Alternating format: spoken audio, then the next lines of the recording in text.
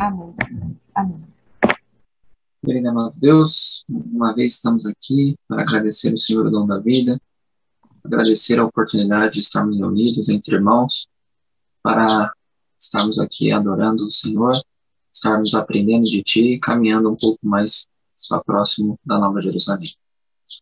Querido e amado Deus, esteja com nossas mentes nesse momento, para que tudo que seja falado seja assim diz o Senhor, tudo que seja entendido seja assim diz o Senhor, que o seu Santo Espírito esteja conosco, abrindo a nossa mente, a nossa boca, os nossos ouvidos, para que possamos sair daqui entendendo um pouco mais sobre um dos capítulos mais polêmicos da Bíblia.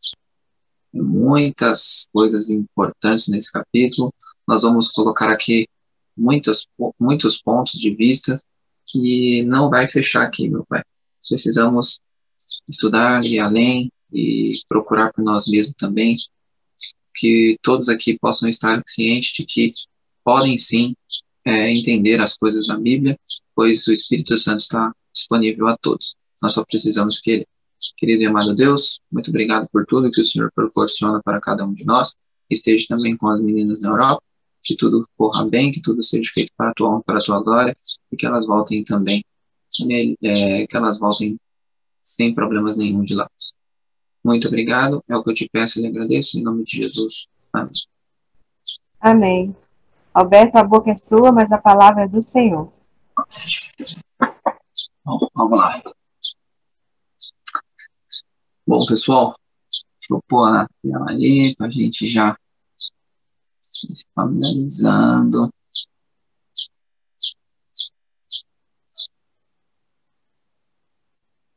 Cadê aqui?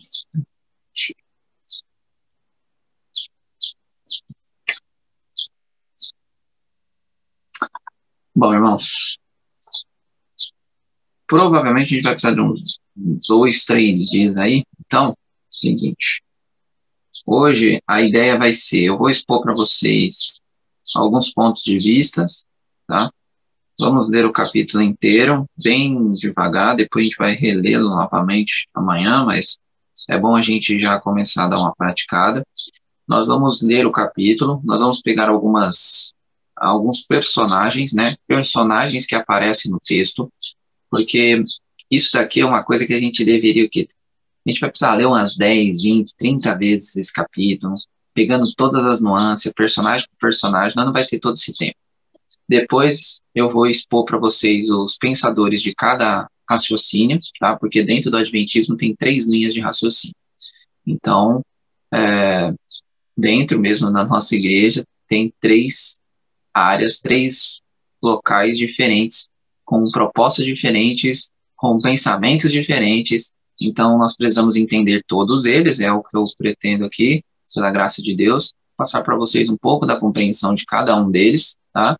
E depois, olha, tirem tempo e vão atrás de cada ponto, cada nuance, para vocês falarem, eu sou isso, eu sou aquilo, tá bom? Muitas pessoas, vocês já vão entender, mas nós temos 3 linhas, literalistas, simbolismo pleno e simbolismo misto. Só fiquem com elas 3 aí, que nós vamos desvendar cada uma delas.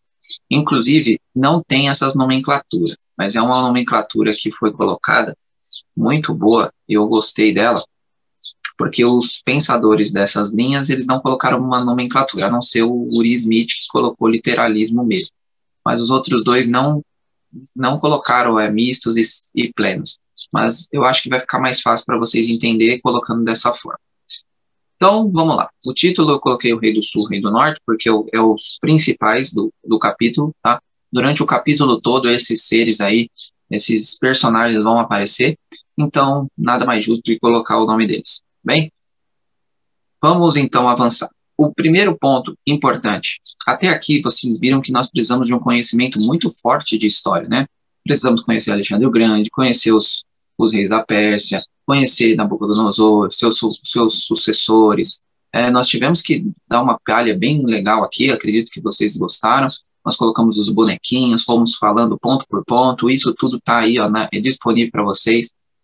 E o que eu peço aos irmãos, tudo que vocês virem aqui hoje, amanhã, ou provavelmente depois de amanhã, vai tirando print da tela, pegue os personagens, coloca no Wikipedia, vai atrás de livro de história, procure sobre eles, tá bom? Eu não vou poder esmiuçar tudo o que nós temos de informação sobre cada um desses personagens. Então vai ter personagens históricos, tá?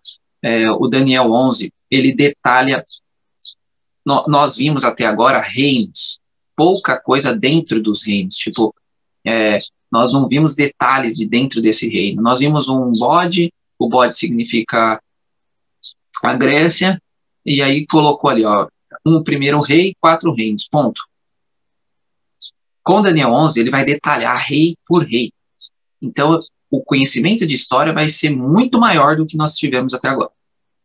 E eu acredito que muito pouco de nós estudamos história, né? Eu mesmo só comecei a estudar por causa de Daniel, e muito pouco ainda preciso aprofundar muita coisa, mas nós não precisamos ficar céticos nesse sentido, né? Porque nós estamos com a internet aí, é só você digitar o nome de alguém e pronto, aparece tudo na frente de vocês.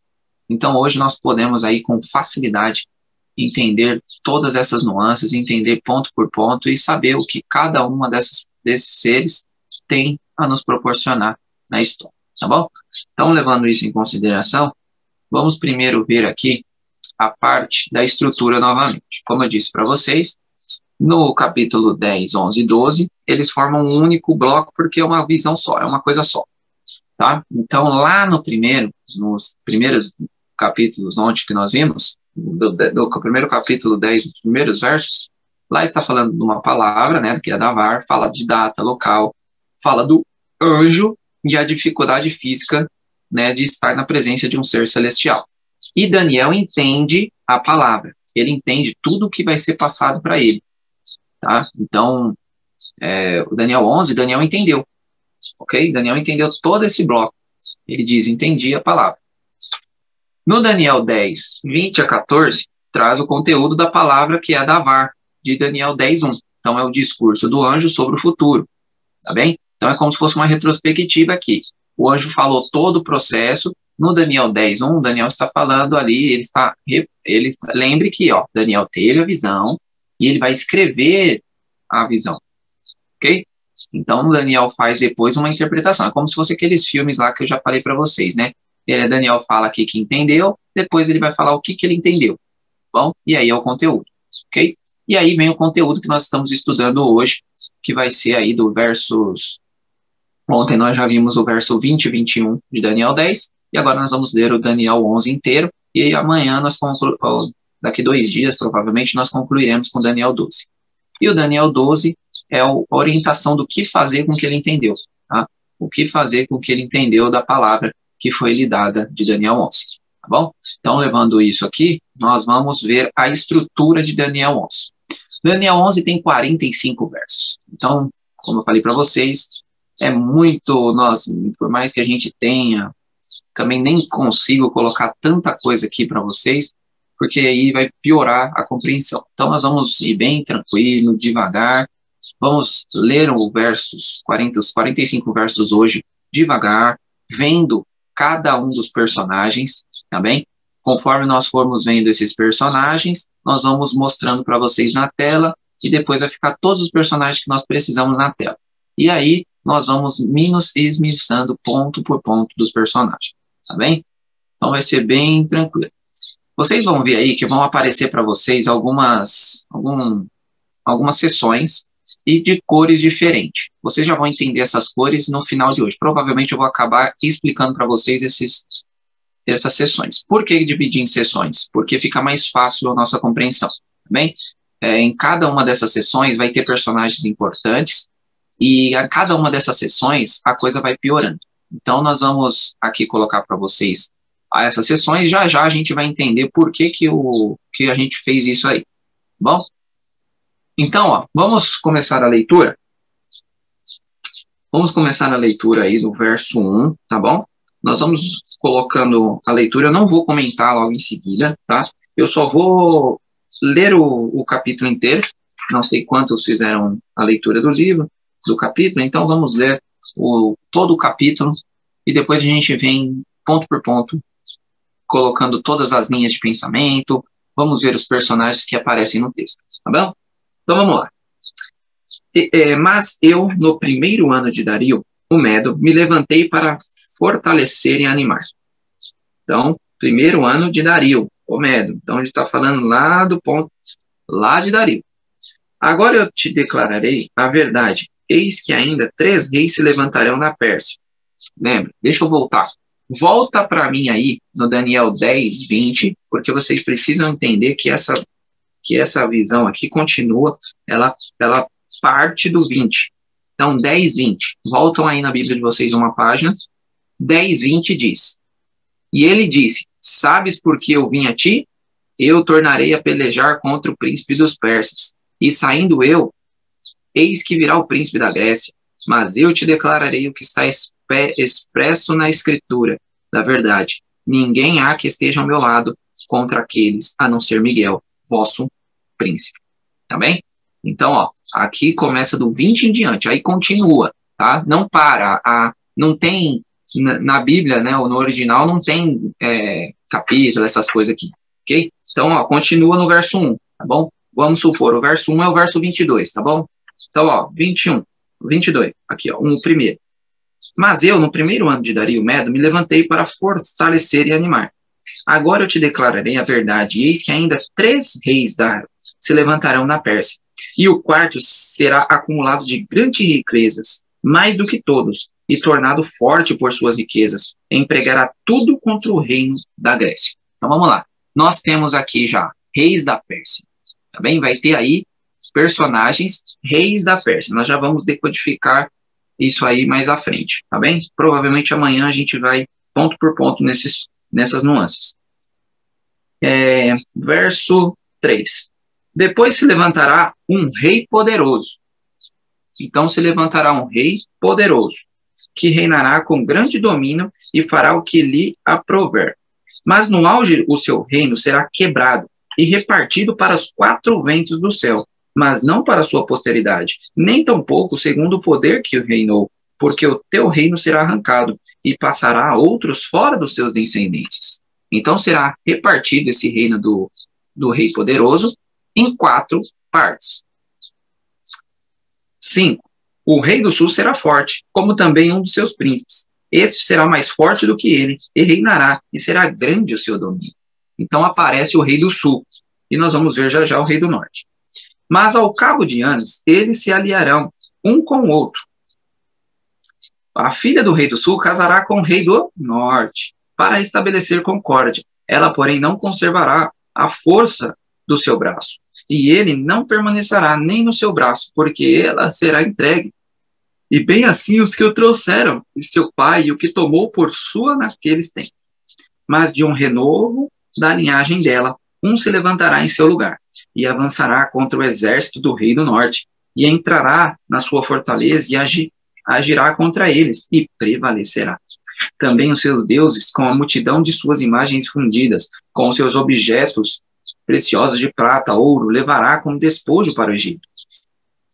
Por alguns anos ele se deixará em paz o rei do norte. Mas depois este avançará contra o reino do reino do sul e tornará para a sua terra.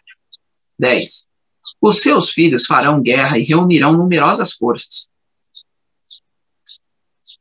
Vamos lá.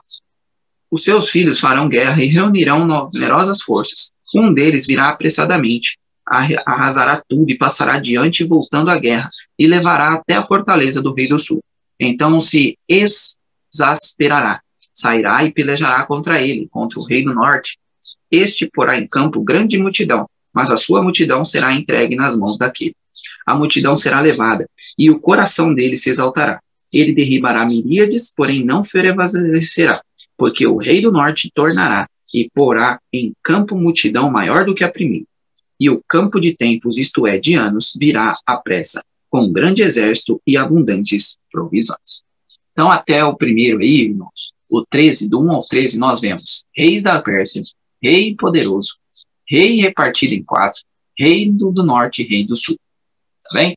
Então, nós temos esses 4 personagens aqui que vão ser mais, né? Porque rei das Persas falaram de 4 reis aqui, 3 e depois mais um, certo? depois um rei grego, depois um rei poderoso, né? E depois esse reino seria repartido em 4, né, para os 4 cantos da terra. Depois fala sobre também o rei do norte e o rei do sul, ok? Então vamos avançar agora do 14 ao 20 para vermos o que tem durante esse capítulo. Verso 14. Naqueles tempos se levantarão muitos contra o rei do sul, também os dados à violência dentre o povo. Se levantarão para cumprirem a profecia, mas cairão. O rei do norte virá, levantará baluartes e tornará cidades fortificadas. Os braços do sul não poderão resistir, nem o seu povo escolhido, pois haverá força para resistir. O que, pois, vier contra ele fará o bem, fará o que bem quiser, e ninguém poderá resistir a ele. Estará na terra gloriosa, e tudo estará nas suas mãos. Resolverá vir com a força do seu reino, e entrará em acordo com ele. Ele dará uma jovem em casamento para destruir o seu reino. Isto, porém, não vindará, nem será para sua vantagem. Depois se levantará as terras do mar, e tomará muitas. Mas um príncipe fará cessar-lhe o opróbrio, e ainda fará recair este opróbrio sobre aquele. Então voltará às fortalezas da sua própria terra, mas tropeçará e cairá, e não será achado. Levantar-se-á depois em lugar dele um que fará passar um exator pela terra mais gloriosa do seu reino, mas em poucos dias será destruído, e isto sem ira nem batalha.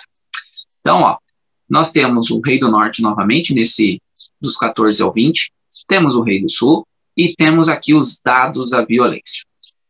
Nessa questão dos dados à violência, também pode ser traduzido por quebrantadores do povo ou roubadores do povo. Nós vamos entender isso mais à frente, tá bom? Porque tem uma linha que precisa dos quebradores e roubadores. Os dados à violência não entram na linha que a pessoa escolheu para seguir, tá bom? Então, de fato, o hebraico dá essa linha, essa margem para eles conseguirem colocar quebradores e roubadores e não os dados, tá bom? Então vamos lá. Versos 21 a 35. Depois se levantará em seu lugar um homem vil, ao qual não tinha dado a dignidade real. Mas ele virá caladamente e tomará o reino com intrigas. Desculpa. As forças inundantes serão arrasadas de diante dele, serão quebrantadas, como também o príncipe da aliança. Apesar da aliança com ele, usará de engano, subirá e tornará forte como pouca gente. Virá também caladamente aos lugares mais férteis da província e fará o que nunca fizeram seus pais, nem os pais de seus pais. Repartirá entre eles a presa, os despojos, os bens e maquinará os seus projetos contra as fortalezas. Mas por certo tempo suscitará a sua força, o seu ânimo, contra o rei do sul. À frente do grande exército, o rei do sul sairá à batalha contra grande e muito poderoso exército, mas não prevalecerá, porque maquinaram projetos contra ele. Os que comerem os seus manjares e o destruirão. O exército dele será arrasado, e muitos cairão traspassados. Também esses 2 reis se empenharão em fazer o mal, e a uma só mesa falarão mentiras. Porém, isso não prosperará, porque o fim virá no tempo determinado. Então o homem vil tornará para a sua terra com grande riqueza, o seu coração será contra a santa aliança, e ele fará o que lhe aprouver, e tornará para a sua terra. No tempo determinado, tornará a avançar contra o sul, mas não será nesta última vez como foi na primeira, porque virão contra eles navios de quintim, e lhe causarão tristeza. Voltará e se indignará contra a santa aliança, e fará o que lhe aprouver, e tendo voltado, atenderá os que tiverem desamparado a santa aliança. Dele sairão forças que profanarão o santuário, a fortaleza nossa, e o tirarão sacrifício diário, que é o contínuo, né? Estabelecendo abominação desoladora. Aos violadores da aliança, ele, com longínquas, perverterá, mas o povo que conhece o seu Deus se tornará forte e ativo. Os sábios entre o povo ensinarão muitos, todavia cairão pela espada e pelo fogo, pelo cativeiro e pelo roubo por algum tempo. Ao caírem eles, serão ajudados com pequeno socorro, mas muitos se juntarão, e a eles com lisonjas. Alguns dos sábios cairão para serem provados, purificados, embranquecidos até o tempo do fim, porque se dará ainda no tempo determinado. Então, do 21 ao 35, nós temos o homem vil, príncipe da aliança, rei do sul. Ok? E os violadores da aliança. Esses são os personagens que nós tiramos desses versos. Aqui nós temos um problema, mas eu acredito que nós vamos ver isso mais à frente. Mas eu já vou deixar para vocês. Eu disse para vocês no início que o rei do sul e o rei do norte, eles estão por todo o capítulo, eles são os personagens principais. E aqui já tem o primeiro problema. Pessoas acreditam que se não está no texto, eles não aparecem. Tá bom? O rei do norte, então, aqui não aparece. E pessoas vão acreditar que aparece, só que não com nomenclatura. Tá bom? Então, a primeira divergência que nós já vamos ver de cara é essa. Mas eu estou me atentando ao texto, eu não estou fazendo malabarismo aqui. O que nós vamos ler, nós vamos pôr na tela, tá bom? Então, o rei do sul não apareceu com o nome, então nós não vamos colocar ele aqui. Então, vamos para o 36 ao 39. Este rei fará segundo a sua vontade, e se levantará, e se engrandecerá sobre todo Deus. Contra o Deus dos deuses falará coisas incríveis e será próspero, até que se cumpra a indignação, porque aquilo que está determinado será feito. Não terá respeito aos deuses de seus pais, nem ao desejo de mulheres, nem a qualquer deus, porque sobre tudo se engrandecerá. Mas em lugar dos deuses, honrará o Deus das fortalezas. A um Deus que seus pais não conheceram, honrará com ouro, prata, com pedras preciosas e coisas agradáveis. Com o auxílio de um Deus estranho, agirá contra os poderosos das fortalezas. E aos que o reconheceram, multiplicar-se-á a honra, e falar-se-á reinar sobre muitos, e lhes repartirá a terra por prêmio. Aqui nós temos o rei. Aqui fala este rei, mas no original, quando você se traduz, fica o rei. Bom, vamos lá para o último. 40 aos 45. No tempo do fim, o rei do sul lutará com ele, o rei do norte, e arremeterá contra ele com carros, cavaleiros e com muitos navios, e entrará nas suas terras, e inundará e passará. Entrará na terra gloriosa, e muitos sucumbirão, mas do seu poder escaparão. Edom, Moabe, as primícias dos filhos de Amon. Estenderá a mão também contra as terras, e a terra do Egito não escapará. Apoderar-se-á dos tesouros de ouro, de prata, de todas as coisas preciosas do Egito. Os líbios e etíopes o seguirão, mas pelos rumores do Oriente e do Norte será perturbado, e sairá com grande furor para destruir e exterminar o muitos. Armará suas tendas palacianas entre os mares, contra o glorioso Monte Santo, mas chegará ao seu fim, e não haverá quem o socorra. Bom, esse é a leitura do capítulo 45, dos 45 versos do capítulo 11. Aqui nós vemos um ele, que nós não sabemos o que é. Nós vemos o rei do norte, rei do sul, Edom, Moabe e Amon, líbios e etíopes, Monte Santo. Esses aqui são os principais. Tá bem? Bom, o que nós precisamos agora entender nessas partes? Vamos colocar aqui para vocês algumas linhas de interpretação que é a que a gente não acredita. Então, eu vou mostrar para vocês aqui a casa dos preteristas. O que nós precisamos entender é que os preteristas têm um argumento que é bom. Tá bom? Tá? Os preteristas têm um argumento que faz sentido. Então, por isso que eles ganham uma força. Então, vocês precisam entender isso. O que acontece? Os preteristas, eles leem o capítulo 11 baseado no capítulo 8. Ok? Então, o que eles fazem?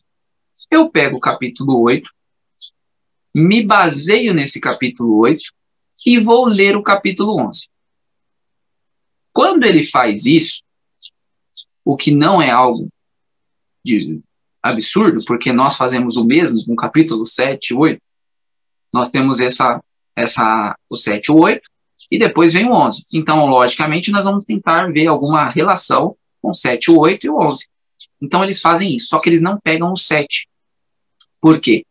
O 7 para trás foi em aramaico, as visões. E o 8 e o 11 foi em hebraico.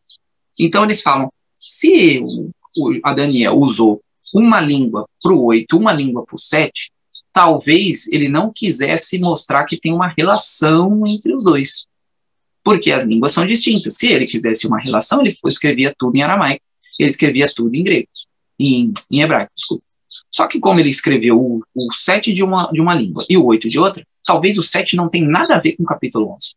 E sim, o capítulo 8 e o 11 tenham algo a ver, porque eles foram escritos com a mesma língua. Então, com esse raciocínio, eles usam o 8 em cima do 11. Usando o 8 em cima do 11, eles não conseguem ver outro modo do homem vil não ser Antíoco Epifânio. Ok? E aí, conforme vem o Antíoco Epifânio, porque ali depois do verso 14, é que começa a coisa a ferver. Até o verso 13, preterista, futurista, adventista, historicista, todo mundo meio que concorda. São pouquíssimas coisas que eles discordam entre si nos 13 primeiros versos. A coisa ferve do 14 em diante. Aí do 14 em diante a coisa já não é muito igual. Aí o preterista já acha uma coisa, o futurista também está ali junto com o preterista, eles só vão divergir lá para o verso 35, e eles vão meio que igual. Agora, os adventistas já parece que o preterista fala A e o adventista está no X. Entendeu? Os historicistas estão no X. Então, já diverge totalmente. Então, os preteristas, eles fazem o seguinte, eu vou apagar um pouquinho aqui. Vou voltar aqui. Os preteristas, os futuristas e os historicistas, que são nós, eles têm umas linhas diferentes. Então, os preteristas, eu vou apagar alguns aqui, depois eu volto para vocês, só para eu colocar o homem vil, porque eles acreditam que o homem vil seja Antíoco Epifânio, tá bom? Antíoco IV Epifânio, por quê? Vocês vão ver isso quando a gente esmiuçar, tá? Porque nós vamos esmiuçar os 14 primeiros versos, só que eu acredito que nós vamos fazer isso amanhã. Hoje eu quero mostrar para vocês as linhas de interpretação, mostrar logo rapidamente os preteristas e futuristas, porque para nós não está correto, então não vou me alongar dentro delas, tá? Nós temos que se alongar dentro do que a gente acredita como historicista, tá bem? Então os preteristas acreditam que o homem vil é Antíoco Epifânio, então ele aparece ali ativo no 21, mas ele já aparece antes, para eles ele aparece lá no verso 16.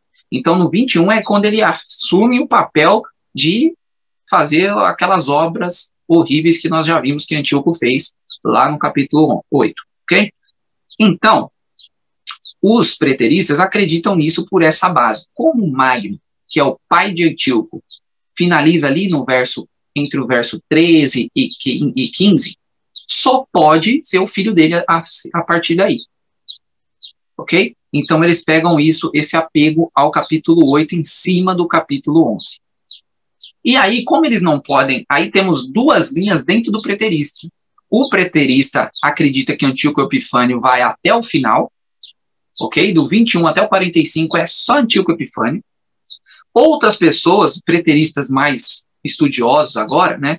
Vamos dizer assim, os preteristas modernos, eles dizem o seguinte, gente, não tem como ser o Antíoco Epifânio, porque do verso 40 em diante não tem nada que possa nos ajudar a entender que seja Antíoco. Então, o que eles colocam no meio? A grande tribulação. Tá? Então, eles falam o seguinte, vai ter Antíoco até o verso 38, 39, do 40 ali em diante é a tribulação. Aí o povo vai ser arrebatado, a igreja vai ser arrebatada, é todas aquelas conversas que a gente já conhece do povo que acredita no Apocalipse ali, que vai acontecer tudo, né, a igreja não vai participar, e aí vocês já sabem o que nós temos, tá? Então, eles jogam tudo na grande tribulação. Como eles não podem explicar, é a grande tribulação. Os futuristas, eles vão na mesma linha do preterismo, só que eles arrumam um detalhe. Eles colocam a grande tribulação para o verso 36. Ok? Então, eles adiantam um pouco essa grande tribulação. Eles acreditam que seja Antíoco Epifânio até o 35. Do 36 em diante, como eles não conseguem explicar, coloca a grande tribulação aí e deixa rolar a coisa. Então, por esses motivos que ficou bem óbvio para nós, como nós precisamos de uma explicação, Deus não ia dar um negócio para a gente não conseguir decodificar, então automaticamente o futurismo e o preterismo não é a linha que o adventismo segue, tá bom? Então vamos agora para a linha dos historicistas. Acho que vocês conseguiram entender a linha preterista, né? A linha preterista ali, eles vão conosco até um certo ponto, do verso 21 já vira totalmente uma coisa diferente. Então, o Antíoco Epifânio ficaria ali até o 35 para alguns, até o 39 para outros, no preterismo. O que eles não conseguem explicar, joga a grande tribulação aí. Joga a grande tribulação, vai ter arrebatamento secreto, vai ter todas essas coisas aí que vocês já sabem que o povo argumenta contra nós. Depois vem os historicistas, o futurista. O futurista, ele adianta isso, a grande tribulação, para o verso 36. Tá bom? Historicismo. Dentro do historicismo, que é a nossa linha de interpretação, nós temos 3 vertentes: literalistas, simbolistas plenos, simbolistas mistos. O que seria tudo isso aí, Roberto? Vamos lá. Os literalistas acreditam que o capítulo 45 de Daniel é totalmente literal. Não tem símbolo nenhum.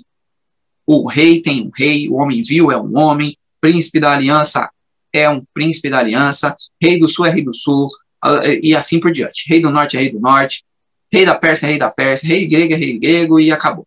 Para eles, o ele ali vai ser um personagem que existiu, tá? Edom, Moab e Amon é vocês já vão entender mais para frente o que, para eles, o que é. Líbios, etíopes, Monte Santo, tudo para eles é literal, não é um símbolo, tá bom? Então, os literalistas acreditam dessa forma. Nós vamos ver aqui qual é a vantagem e a desvantagem. Todos eles têm pontos fracos e fortes, tá? Nós vamos trazer tudo para vocês. Então, por hoje, eu quero que nós leiamos o capítulo como fizemos, identificamos os personagens de cada parte e tenhamos uma relação aqui entre literalistas, simbolistas e etc. Ok? Os simbolistas plenos acreditam que é o seguinte: até o verso 3 pode ser literal, mas do 4 em diante já é simbólico. E aí o simbolismo fica por todo o capítulo. Tá bom? Então vamos supor aqui, ó, que o verso 3 aqui, ó, os 3 primeiros para ele pode ser literal, pode ser, tá? E do 4 em diante é simbólico. E pronto. Tá bom? Os mistos, eles vão sendo literal até o 14, e do 15 para frente é simbolista. Tá bom? Então, essas são as 3 linhas. Roberto, quem que sustenta essas linhas? Vamos lá. O literalismo é o nosso querido Uri Smith. Tá bom? Vocês têm o livro de Daniel e Apocalipse do Uri Smith no aplicativo de Ellen White, né, no EGW Williams 2, tá? Vocês também podem ter acesso ao PDF no Centro White, tá bem? Então, se vocês quiserem estudar o literalismo com o Uri Smith, vocês podem adquirir lá sem pagar nada. O simbolista pleno é o Jacques Ducan, tá? É um livro aqui do Jacques Ducan. É esse livro aqui do Jacques Ducan, tá bom? Segredos de Daniel. Ok? Ele é da CPB, tá bom? Se vocês quiserem, eu comprei, não tem muito tempo. Deixa eu voltar aqui. E ele acredita que seja até o verso 3 ali literal, e depois é tudo simbólico. Ok? E nós temos também o que nós vamos levar em consideração, porque a igreja, a maioria acredita dele, Marvin Maxwell, tá? O Marvin Maxwell acredita que até o 14 é literal e do 15 em diante é simbólico, ok? Então a igreja adotou o Marvin Maxwell, tá? Nós não vou adotá-lo, mas eu vou usar uma base dele. Por quê? Porque vocês vão ver que tem uma coerência muito grande nos primeiros 14 versos. Então eu quero mostrar para vocês os 14 versos ponto por ponto, usando o Maxwell, mas não, como eu disse para vocês, eu ainda não tenho uma opinião formada, tá bem? Eu estou mostrando para vocês aqui as linhas que temos dentro do nosso adventismo, tá bem? Então, a igreja adventista tem 3 linhas de raciocínio, Ainda não podemos bater o martelo se um é errado ou não. Eu, particularmente, ainda não consigo, mas eu não estou aqui para pôr minha opinião. Eu estou aqui para mostrar os fatos e depois vocês pesquisem e achem por si, ok? Eu ainda tenho um detalhe que foi me apresentado quando eu estava finalizando esse processo de Daniel 11, e eu quero ver esse detalhe para eu tomar minha decisão. Talvez, se eu conseguir tomar minha decisão vendo esse detalhe, eu volte na sala em qualquer momento e exponha esse detalhe, tá bom? Mas como foi um detalhe que me apareceu enquanto eu montava, eu não quis estudar ele para não colocar minhas... o Roberto acha isso, então eu vou... é o Roberto que está achando. Então, para eu não me atrapalhar aqui, eu fiz o que eu já tinha em mente, ok? Que eu já tinha dado uma olhada, uma estudada, e depois eu vou ver esse detalhe extra que foi me apresentado para chegar à minha conclusão de literalismo, simbolismo pleno e simbolismo misto. Por hora, a igreja, deixo vocês aqui a par, a igreja é simbolista mista, tá bom? Eles seguem Marvel e Maxwell. Bom, vamos lá entender um pouquinho mais sobre isso. Eu disse para vocês que nós íamos ter aqui esses colchetes, e nesses colchetes é o seguinte: nós temos um nível baixíssimo de problemas entre as linhas. Tanto literalista, simbolismo pleno e simbolista misto, meio que divergem pouco desses 14 versos. O simbolista pleno diverge mais pelo fato de que, é o que eu falei para vocês, eles já acreditam que desde o verso 4 já seja simbólico. Então, vai ter alguma divergência, ok? Mas entre literalistas e simbolistas mistos não temos problemas, e até os preteristas e futuristas acreditam da mesma forma que os historicistas até o verso 13. Então o nível é baixo de problemas. No 14 ao 20, o nível ainda é baixo. Então é baixíssimo e baixo, ou seja, já começa a dar problema. Do 21 ao 35, o nível é elevado. E do 36 ao 39, também é elevado. E no 40 ao 45, é elevadíssimo. Aqui ninguém concorda com ninguém. Ok? O problema é esse. Então, irmãos, vai começando todo mundo amigo. Opa, você só discorda disso? Não, tranquilo, isso é maravilhoso. Aí depois vai do 21 até o 35, aí você já começa a olhar com o olho torto pro irmão. E no último verso, então, você quer que o irmão vá lá para outra igreja e você fique em outra igreja. É desse jeito que acontece aqui no capítulo 45. Parece que um está falando abobrinha e o outro está falando chuchu. Não tem nada a ver uma coisa com a outra, ok? Então, é esses os pontos que nós precisamos ir bem tranquilo, entendendo ponto por ponto.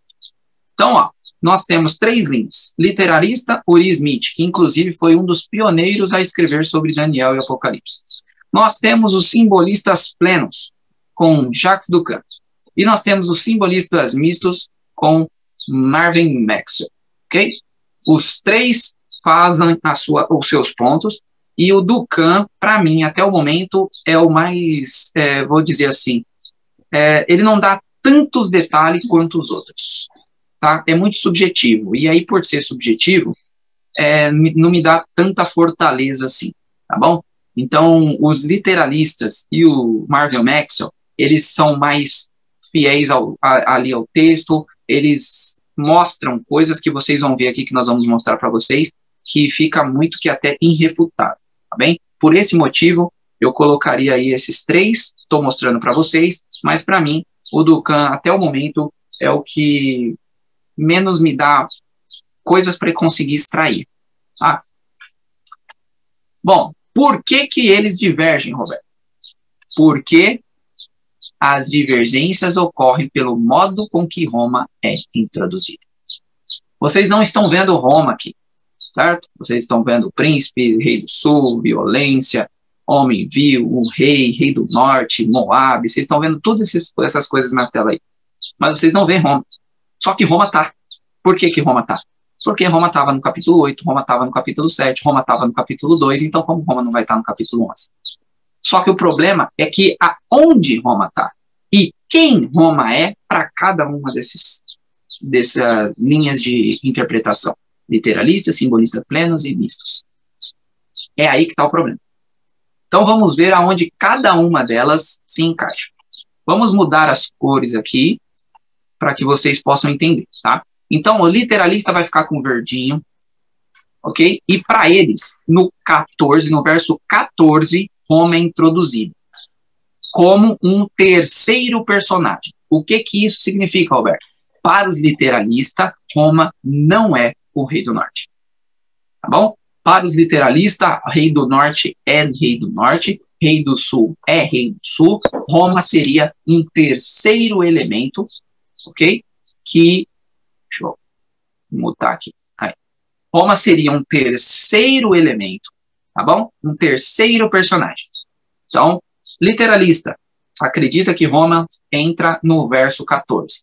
E aí entra aquilo que eu falei para vocês. Lembra que eu falei os dados à violência? Como, Roberto, pode ser Roma, se é os dados da violência, está falando do povo de Deus e não a Roma. Só que é aí que está. Para os literalistas, o texto hebraico dá essa margem para ser os quebrantadores ou roubadores do seu povo e não os dados. E aí, com quebrantadores e roubadores, aí Roma pode ser inserida, sim, no verso 14. Entenderam? Então, para os literalistas, Roma aparece no verso 14, nos quebrantadores, a violência, terceiro personagem. Não tem nada a ver com norte e sul.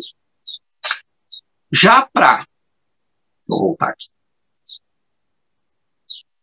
Já para o nosso querido Jacques Ducan, que é um simbolista pleno, de ponta a ponta aí praticamente do capítulo 11, ele acredita que Roma já é introduzida no verso 4.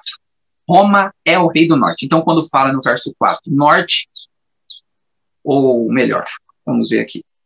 Mas no auge do seu reino será quebrado e repartido dos quatro ventos do céu, mas não para a sua posteridade, nem tampouco segundo o poder com o reino, porque o seu reino será arrancado e passará a outros dos seus descendentes. Então o rei do sul será forte, como também um dos príncipes, e aí aparece o norte no verso 6. O ponto é que vai passar. Como a coisa vai passar, Roma já está desempenhando algo. Tá bem? Então, para eles, Roma já está desempenhando a partir do verso 4. E aí eles levam até o último verso do capítulo. Tá bem? Essa, voltando a dizer, por hora, é a mais fraca que eu acredito. E depois vemos os simbolistas mistos. Para Marvin Maxwell e para os simbolistas mistos, também Roma é introduzida no verso 14. Só que Roma é também o rei do norte. Aí, Roberto, mas como, Roberto, rei do norte no verso 14, sendo que aparece rei do norte no verso 6, aparece o rei do norte no verso 7, aparece no verso 8, aparece no verso 12, 11, como? No 13, aparece rei do norte num monte de verso e só no 14 é aí que tá puro do gato do pessoal do Marvin Maxwell, dos mistos. O que acontece? Para eles, até o verso 14 é literal, lembra? Então, se é literal até o verso 14, então o rei do norte e o rei do sul são reis que reinaram nesse período. Então, ó, esse rei do norte que aparece aqui, por exemplo, no verso 6, ele é um rei que de fato existiu. Depois nós vemos um outro aqui no verso 8, é um rei que de fato existiu. A partir do verso 14 já é simbólico para eles, ou seja, então é Roma em toda a sua fase, pagã, papal, ok? Então eles já não conseguem tantas nuances como os literalistas. Acho que deu para vocês entenderem. Então, ó, recapitulando rapidamente. Roma, para os literalistas, não é o rei do norte, é um terceiro personagem. Para os simbolistas plenos, é o rei do norte, só que lá do verso 4 ele já desempenha algo. Já os simbolistas mistos, Roma é o rei do norte, mas ele inicia o seu processo a partir do verso 14 com o simbolismo que eles vão adentrar. Justamente na mesma parte dos quebrantadores da violência, ok? Dos quebrantadores do teu povo, tá bom? Então, esses são as 3 linhas de raciocínio. Bom, nós estamos chegando próximos das 6 horas. Eu vou mostrar para vocês aqui só essa parte e amanhã a gente continua a gente vai esmiuçar os 14 versos primeiro, ponto por ponto, mostrando para vocês que o literalismo tem uma base no texto muito forte, tá? Então nós vamos mostrar ponto por ponto até o verso 14, que é onde todo mundo concorda. E do 14 em diante a gente vai colocando para vocês aqui o que cada um acha e vamos fazer algo importante também, que é mostrar os pontos fracos e fortes de cada uma delas, tá bom? Então, ó, nós estamos vendo aqui que Cassandro, Lisímaco, Seleuco, Ptolomeu, ok? Eles são as 4 cabeças e os 4 chifres que nascem depois que Alexandre o Grande morre, lembra?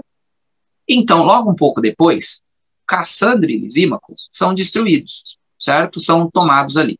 E só fica Seleuco e Ptolomeu, certo? E aí Seleuco fica ali com... Por que rei do norte e do sul? Porque Judá está no meio deles. Ou seja, quando Seleuco ataca Ptolomeu, passa por Judá. Quando Ptolomeu ataca por Seleuco, passa por Judá.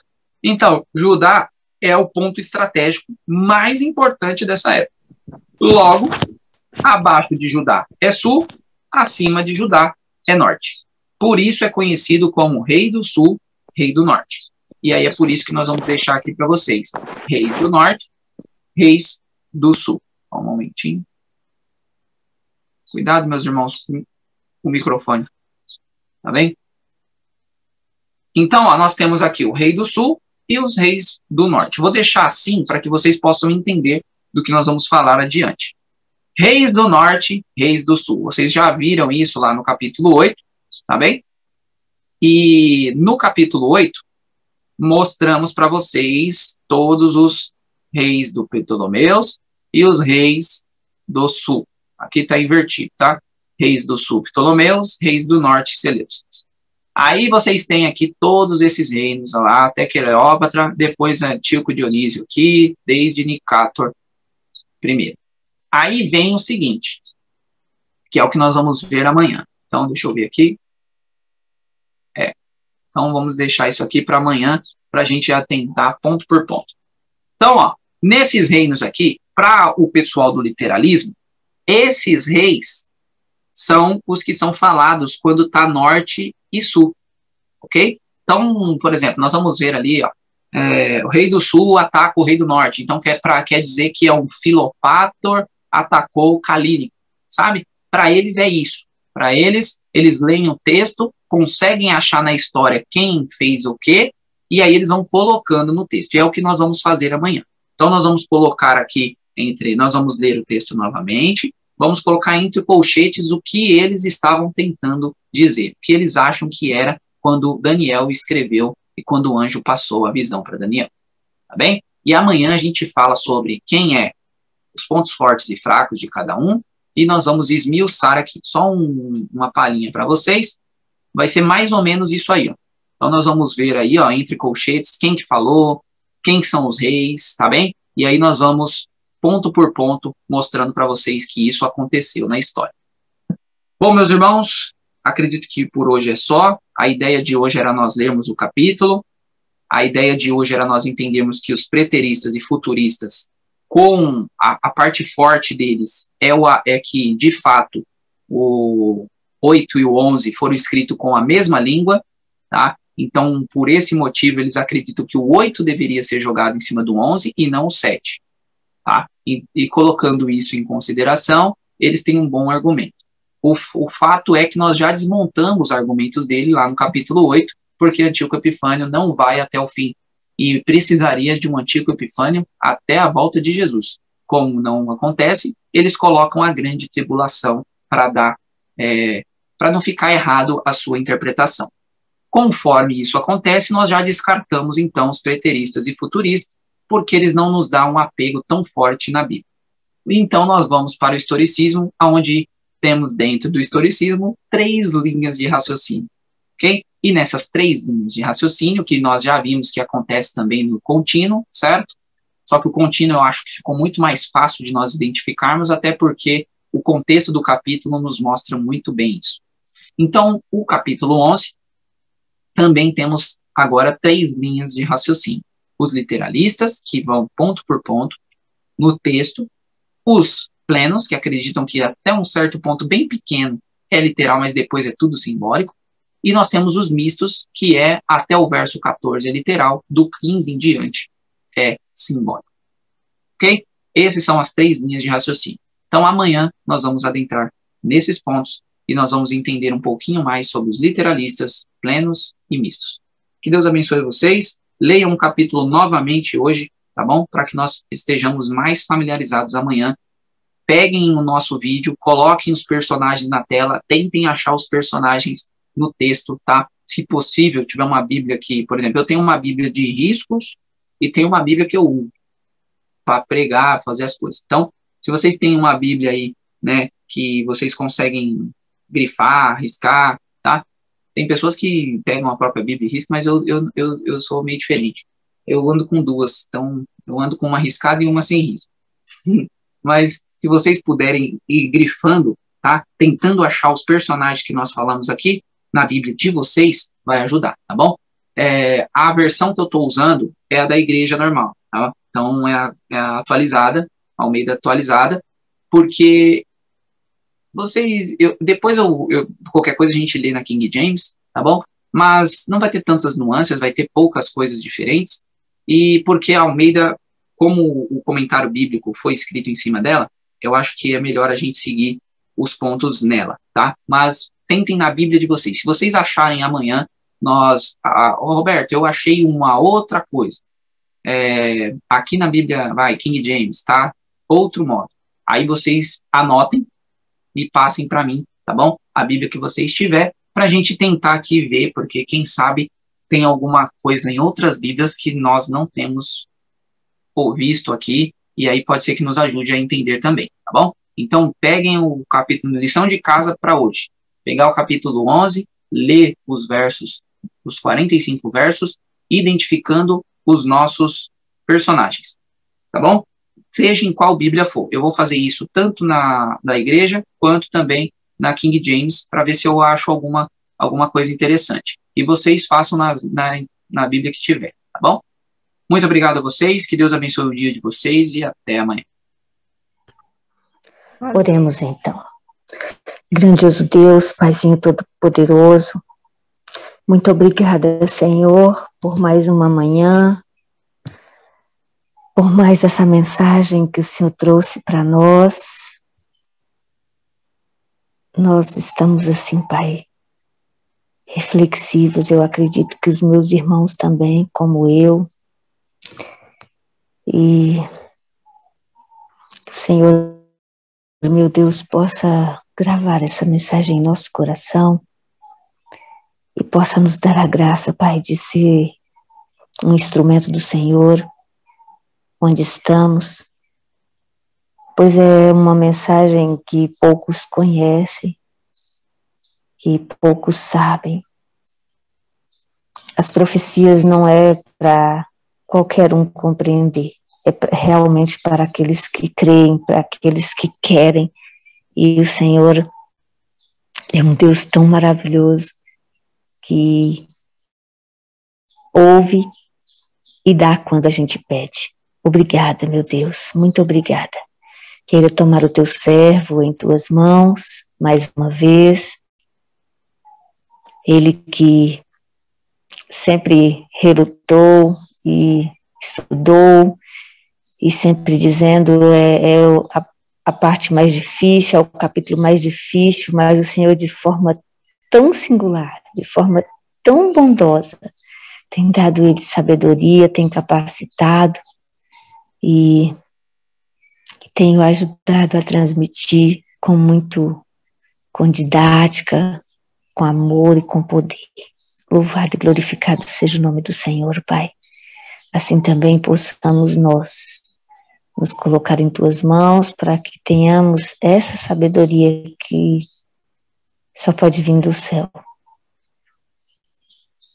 Dá-nos um segundo momento de consideração, de complementação, conforme o Senhor tem feito. Como disse a tua serva, às vezes nós queremos ir lá e falar e a gente deixa passar, mas que o Senhor possa conduzir como o Senhor tem conduzido até aqui. Perdoe os nossos pecados, em nome de Cristo Jesus. Amém, Senhor. Amém.